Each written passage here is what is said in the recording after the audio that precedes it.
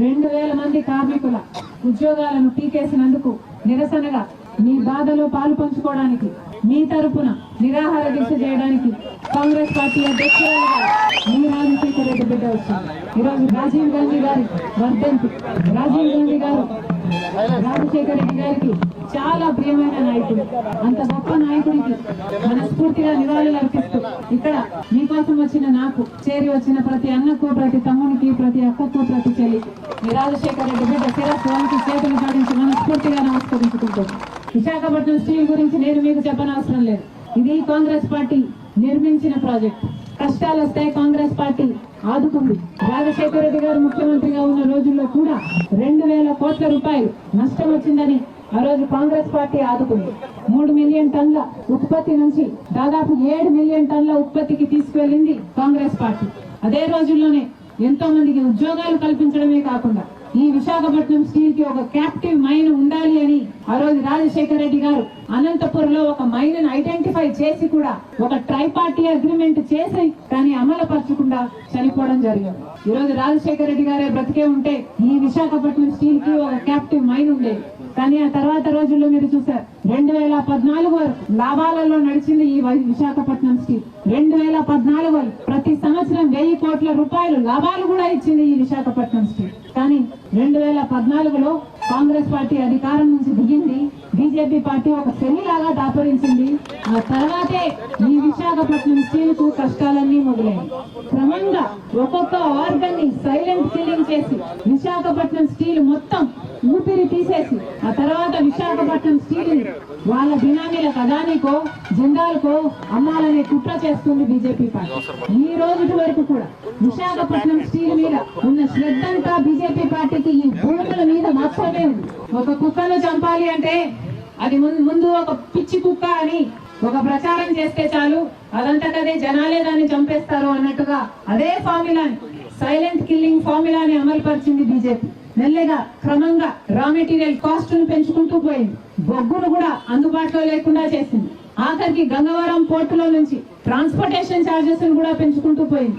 ఇలా 1 కాదు 2 కాదు, క్యాప్టివ్ మైన్ ఇయ్యకపోగా, సెయిల్లో విలీనం చెయ్యకపోగా అన్ని రకాలుగా అన్యాయం చేస్తూ ఈ రోజు విశాఖపట్నం స్టీల్ 28,000 కోట్ల రూపాయల అప్పులో ఉంది అంటే దానికి కారణం బీజేపీ పార్టీ. మళ్ళీ చెప్తున్నాం, కాంగ్రెస్ పార్టీ నిర్మించిన ఈ ప్రాజెక్టు ఎటువంటి పరిస్థితిలో ప్రైవేటైజ్ అవ్వడానికి కాంగ్రెస్ పార్టీ ఒప్పుకోదు. ఇటీవల అసలు ఒక రకంగా కాదు కదా, 2021లోనేమో ఒక ప్రకటన చేస్తారు, దీన్ని ప్రైవేటీకరణ చేస్తున్నాము అని చెప్తారు. ఆ తర్వాత నాయకులు వస్తారు, ప్రైవేటీకరణ చేయటం లేదు అని మంచి మాటలు చెప్తారు, మీ ఓట్లు ఉంచుకుంటారు. ఆ తర్వాత మళ్ళీ పార్లమెంట్ వెళ్లి ఆ నిర్ణయం మారలేదు అంటారు.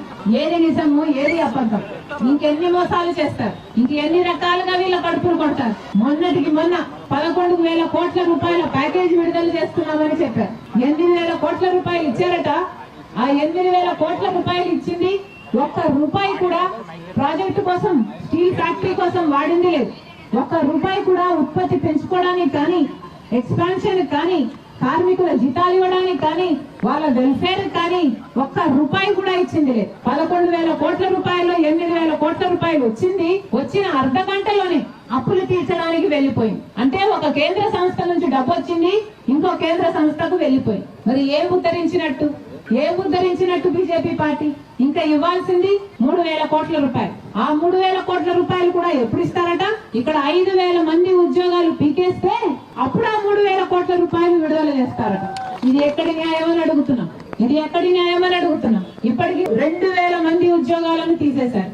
1 కాదు, 2 కాదు, 100 కాదు, 200 కాదు, 2,000 మంది ఉద్యోగాలు అంటే వాళ్ళ కుటుంబాలు వాళ్ళ మీద ఆధారపడి ఉంటాయి. 10,000 మంది జీవితాలను ఎఫెక్ట్ చేసే డిసిజన్ ఎట్లా పడితే అట్లా, ఒక పద్ధతి లేదు, ఒక ప్రొసీజర్ లేదు, ఎందుకు తీస్తున్నారో చెప్పలేదు. 2,000 మంది, దాదాపు 2,000 మంది ఉద్యోగాలు పీకేశారు. ఇది ఎక్కడి న్యాయం అని అడుగుతున్నాం. ఎవరి ఉద్యోగాలు పీకేశారు? ఇక్కడ పని చేస్తున్న వాళ్ళ ఉద్యోగాలు పీకేశారు. ఇందాక ఒక అన్న చెప్తూ మాట్లాడాడు, మేము భూములు ఇచ్చాము ఇక్కడ, మా పూర్వీకులు భూములు ఇచ్చారు ఇక్కడ, మా బ్రతుకులను ఇచ్చాము ఈ ఫ్యాక్టరీకి, మా రక్తాన్ని ఇచ్చాము ఈ ఫ్యాక్టరీకి. కానీ ఈ రోజు మాకేం చేస్తుంది ప్రభుత్వం అంటే, ఇదే భూమి మీద కన్నేసి మమ్మల్ని ఉద్యోగాల నుంచి తీసేసి ఈ భూమిని అదాని లాంటి వాళ్ళ కట్టబెట్టాలని చూస్తుంది. ఇది అన్యాయం కాకపోతే దీన్ని ఏమనాలి? ఈ నాయకుడి ఛాతిలో ఉన్నది గుండెనా బండనా? ఏమనాలి వీళ్ళని? అసలు చంద్రబాబు గారిని కూడా ప్రశ్నిస్తున్నాం. మీరు ఈ రోజు ముఖ్యమంత్రిగా ఉన్నారు. ముఖ్యమంత్రి స్థాయిలో ఉన్న వాళ్ళు ఒక సంస్థలో 2000 మంది ఉద్యోగాలను తీసేస్తే కనీసం స్పందించాల్సిన అవసరం లేదా? జనసేన పార్టీ నాయకుడు పవన్ కళ్యాణ్ గారిని అడుగుతున్నాం, బీజేపీ పార్టీని అడుగుతున్నాం. ఇక్కడ వాళ్ళు మీరు ఓట్లేస్తే మీకు అధికారం వచ్చింది. అలాంటప్పుడు ఒక్కరైనా వచ్చి ఆదుకున్నారా? 2000 మంది ఉద్యోగాలు పోతే ఒక్కరు కూడా ఎందుకు రాలేదని ప్రశ్నిస్తున్నాం. ఇదే కూటమి సర్కార్, ఇదే చంద్రబాబు గారు ఇచ్చిన మద్దతుతో ఈ రోజు బీజేపీ అధికారంలో ఉంది.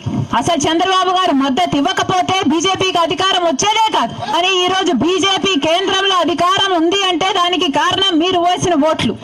ఈ రోజు ఆంధ్ర రాష్ట్ర ప్రజలు ఓట్లు వేస్తే చంద్రబాబు గారు ముఖ్యమంత్రి అయ్యారు, అక్కడ మోడీ గారు ప్రధానమంత్రి అయ్యారు. మరి అలాంటప్పుడు ఈ ప్రజలకు కనీస కృతజ్ఞత లేకుండా ఒక్క మేలైనా చేసిందా బీజేపీ ప్రభుత్వం? మరి చేయని మేలుకు చంద్రబాబు గారైనా పవన్ కళ్యాణ్ గారైనా బీజేపీకి ఎందుకు మద్దతు ఇస్తున్నారు అని అడుగుతున్నాం. మనకి ఏం ఒరగబెట్టారు వాళ్ళు? మనకి ఏమిచ్చారు వాళ్ళు? మనకు ప్రత్యేక హోదా ఇచ్చారా? మనకు పోలవరం ప్రాజెక్ట్ ఇచ్చారా? లేక విశాఖ స్టీల్ కు సంబంధించిన కార్మికులకు భరోసా ఇచ్చారా? ఏం చేశారని చంద్రబాబు గారు పవన్ కళ్యాణ్ గారు ఈ రోజు వరకు కూడా బీజేపీ పార్టీకి మద్దతు ఇస్తున్నారు? ఆంధ్ర రాష్ట్ర ప్రజలకు సమాధానం చెప్పాలి. మళ్ళీ చెప్తున్నాం, 2000 మంది ఉద్యోగాలను తీసేశారు. ఒకప్పుడు 34,000 మంది ఉద్యోగస్తులు ఉన్నారు ఇదే విశాఖ స్టీల్ లో. 2014లో కాంగ్రెస్ పార్టీ అధికారంలో ఉన్న రోజున 34,000 మంది ఉద్యోగస్తులు ఉన్నారు ఇదే విశాఖ స్టీల్ లో. మరి ఈ రోజు ఈ సంవత్సరం మొదట్లో ఉన్నది కేవలం 23,000 మంది. అంటే బీజేపీ అధికారంలోకి వచ్చిన వెంటనే 34,000 ఉద్యోగాలను కాస్త 23,000కు కుదించింది. అది సరిపోదన్నట్టు మొన్న 2,000 మంది ఉద్యోగాలను తీసేశారు. ఇంకో 3,000 మందిని తీసేస్తారట. పర్మనెంట్ ఉద్యోగస్తుల్లో కూడా బలవంతంగా బీఆర్ఎస్ ఇప్పించి ఇంకో 2,000 మందిని తీసేస్తారట. అంటే ఈ లెక్కన 34,000 మంది ఉద్యోగాలు ఉన్న ఈ సంస్థలో కనీసం సగం 16,000 మంది కూడా పని చేయకూడదు. ఇదే బీజేపీ అజెండాగా పెట్టుకుంది. కార్మికులను తగ్గిస్తే ఆ తర్వాత సంస్థను నిర్వీర్యం చేయొచ్చు, కొట్లాడే వాళ్ళు కూడా ఉండరు అన్నదే బీజేపీ పార్టీ కుట్ర చేస్తుందని కాంగ్రెస్ పార్టీ ఆరోపిస్తుంది. పక్కన హిందుస్థాన్ జింక్ ఏమైందన్నా? హిందుస్థాన్ జింక్ ఏమైంది? అప్పుడు కూడా ఆ రోజు కూడా బీజేపీ పార్టీ అధికారంలో ఉంది. హిందుస్థాన్ జింక్ ఏమో కేంద్ర సంస్థ. 8,000 మంది పనిచేశారు హిందుస్థాన్ జింక్ అనే కంపెనీలో. దాన్ని బీజేపీ పార్టీ వేదాంత అనే గ్రూప్ కి అమ్మేస్తే ఏం చేసింది? వేదాంత గ్రూప్ హిందుస్థాన్ జింక్ నడిపిందా? 8,000 ఉద్యోగాలను నిలిపిందా? మొత్తం 8,000 మందిని పీకేసింది. రియల్ ఎస్టేట్ వ్యాపారం చేసింది ఆ భూములతో. అదే చేయాలని చూస్తుంది బీజేపీ పార్టీ ఈ విశాఖ స్టీల్ లో కూడా. దీనికి ఒప్పుకునే ప్రశ్నే లేదు కాంగ్రెస్ పార్టీ.